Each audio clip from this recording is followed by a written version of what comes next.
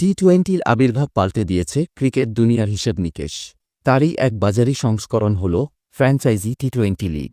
Franchise T twenty league চালুর পর থেকেই জনপ্রিয়তায় তুঙ্গে। আর এই ফ্র্যাঞ্চাইজি লিগগুলোর মধ্যে আইপিএলের জনপ্রিয়তা আকাশচুম্বী। আইপিএলকে বলা হয় কোটিপতি লিগ, যে কারণে আইপিএলে খেলা এই প্রজন্মের ক্রিকেটারদের কাছে স্বপ্নের মতো। এই লিগে চান্স পাওয়া মানেই কোটিপতি বনে যাওয়ার মতো অবস্থা। যারা আইপিএলে চান্স পেয়ে নিজের প্রতিভা প্রকাশ করতে পেরেছেন তারা রাতারাতি হয়ে গেছেন কোটিপতি। এই আইপিএলের পুরস্কার মূল্যের সঙ্গে বাংলাদেশ প্রিমিয়ার লিগের তুলনা মানে হল এক আইপিএল সমান 10 বিপিএল। তার মানে আইপিএলে চ্যাম্পিয়ন দল পুরস্কার হিসেবে যে প্রাইজ মানি পেয়ে থাকে তা বিপিএলের তুলনায় প্রায় 10 গুণ।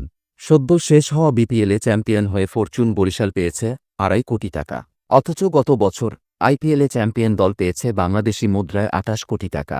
শুধু তাই নয়, এখন থেকে 17 বছর আগে 2008 সালে আইপিএলের প্রথম আসরে চ্যাম্পিয়ন দলকে প্রাইজ মানি হিসেবে দেওয়া হয়েছিল বাংলাদেশি মুদ্রায় 6.72 কোটি টাকা। অথচ বিপিএলের 11তম আসরেও আইপিএলের প্রথম আসরের চ্যাম্পিয়ন দলের চেয়ে কম টাকা দেওয়া হয়েছে।